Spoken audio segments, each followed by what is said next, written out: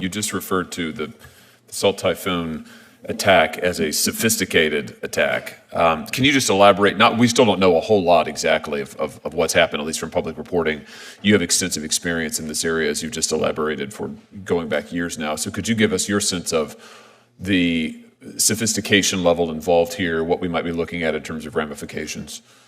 Sure. Thank you, Senator. The sophistication isn't necessarily just to be measured in terms of how they get in, but what they do once they get in terms of the broad collection operations that China's been running in general. This really belies what their intention is, to collect large amounts of information that they could later exploit, whether that be political information, military information, or intellectual property. We've seen the Chinese over the past decade significantly up-level what they were doing. In the testimony, I refer to smash and grab operations, where they would break into one target, steal the thing that they want, and then leave.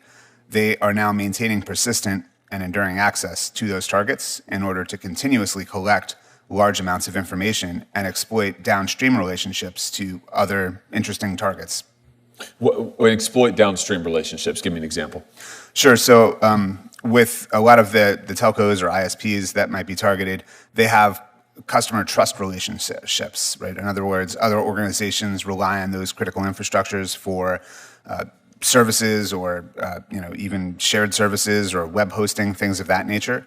And they can exploit that trust relationship to then take on the persona of the initially targeted organization, to exploit that trust relationship and use that to move to other areas. So could the hackers impersonate particular individuals?